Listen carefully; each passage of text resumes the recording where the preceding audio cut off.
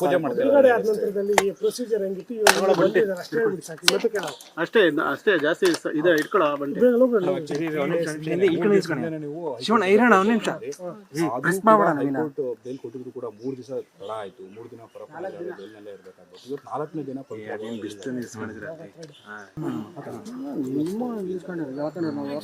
ನಮಗೆ ಫ್ರೈಡೇನೇ ಆರ್ಡರ್ ಬಂತು, ಎಲ್ಲರಿಗೂ ಗೊತ್ತಿರೋಂಥ ವಿಚಾರನೇ. ಬಟ್ ಸ್ವಲ್ಪ ನಮ್ಗೆ ಏನಂತ ಅಂದರೆ ಯಾಕೆ ಲೇಟ್ ಆಯಿತು ಅಂತ ಹೇಳಿದ್ರೆ, ನಿನ್ನೆ ಏನಂದರೆ ಕೋರ್ಟಿಂದ ಕಾಪಿ ಏನಂತ ಅಂದರೆ ಬರೋದು ಸ್ವಲ್ಪ ಟ್ರಾಫಿಕಲ್ಲಿ ಲೇಟ್ ಆಗಿದ್ದರಿಂದ ಇವತ್ತು ಪವಿತ್ರಗೌಡ ರಿಲೀಸ್ ಆಗಿದ್ದಾರೆ.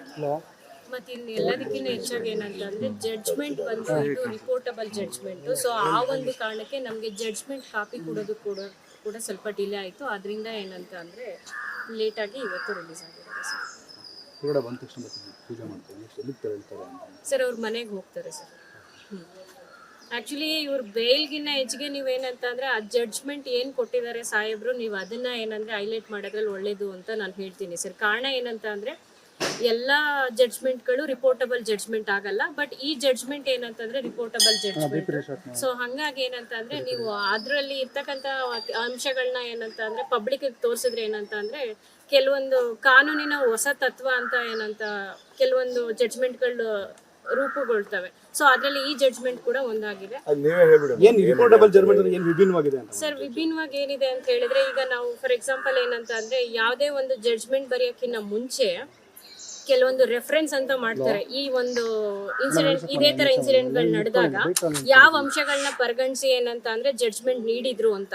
ಸೊ ಅದೇ ತರ ಏನಂತಂದ್ರೆ ಈ ಒಂದು ಜಡ್ಜ್ಮೆಂಟ್ ನ ನಮ್ಮ ಭಾರತದಲ್ಲಿ ಯಾವುದೇ ಹೈಕೋರ್ಟು ಅಥವಾ ಏನಂತ ಅಂದ್ರೆ ನ್ಯಾಯಾಲಯಗಳು ಏನಿದಾವೆ, ಸೊ ಆ ಒಂದು ಈ ಒಂದು ಜಡ್ಜ್ಮೆಂಟ್ ನ ರೆಫರ್ ಮಾಡಿ ನೆಕ್ಸ್ಟ್ ಫ್ಯೂಚರ್ಗೆ ಏನಂತ ಅಂದ್ರೆ ಜಡ್ಜ್ಮೆಂಟ್ ಕೊಡ್ಬೋದು. ಆ ಒಂದು ಜಡ್ಜ್ಮೆಂಟ್ ನ ನಾವು ರಿಪೋರ್ಟಬಲ್ ಜಡ್ಜ್ಮೆಂಟ್ ಅಂತ ಹೇಳ್ತೀವಿ. ಬೆಂಚ್ ಮಾರ್ಕ್ ಜಡ್ಜ್ಮೆಂಟ್ ಆಗುತ್ತೆ ಅಂತ ಹೇಳಿ. ಹೌದು ಹೌದು. ಪ್ರಮುಖವಾಗಿ ಏನು ಗ್ರೌಂಡ್ಸ್ ಆಧರಿಸಿ ಜಡ್ಜ್ಮೆಂಟ್ ಕೊಡೋದು ಅದು ರಿಮಾರ್ಕಬಲ್ ಆಗುತ್ತೆ ಅಥವಾ ಸರ್ ಆ ತರ ಪ್ರಮುಖವಾಗಿ ಅನ್ನೋದಕ್ಕಿಂತ ಹೆಚ್ಚಾಗಿ ಸರ್ ಈಗ ನಿಮ್ಗೆ ನ್ಯಾಯಾಲಯದ ಏನಂತಂದ್ರೆ ಪ್ರಿನ್ಸಿಪಲ್ ನಿಮ್ಗೂ ಗೊತ್ತು ಏನಂತ ಅಂದ್ರೆ ಜೈಲಿಸೇರು ಬೇಲಿಸೆ ಇದು ಅಂತ ಹೇಳಿ. ಸೊ ಈಗ ಹಂಗಾಗಿ ಏನಂತ ಅಂದ್ರೆ ಅದ್ರ ಒಂದು ಆಧಾರಿತವಾಗಿ ಏನಂತಂದ್ರೆ ಈ ಜಡ್ಜ್ಮೆಂಟ್ ನ ಸಾಹೇಬ್ರು ಏನಂತಂದ್ರೆ ಈ ಒಂದು ಕೇಸಲ್ಲಿ ನೀಡಿದ್ದಾರೆ. ಸೊ ಹಾಗಾಗಿ ಏನಂತಂದ್ರೆ ಇದು ಒಂದು ರಿಪೋರ್ಟಬಲ್ ಜಡ್ಜ್ಮೆಂಟ್ ಅನ್ನೋದನ್ನ ನೀವು ಹೈಲೈಟ್ ಮಾಡೋದ್ರಲ್ಲಿ ಉತ್ತಮ ಅಂತ ನಾವು ಹೇಳ್ತೀವಿ.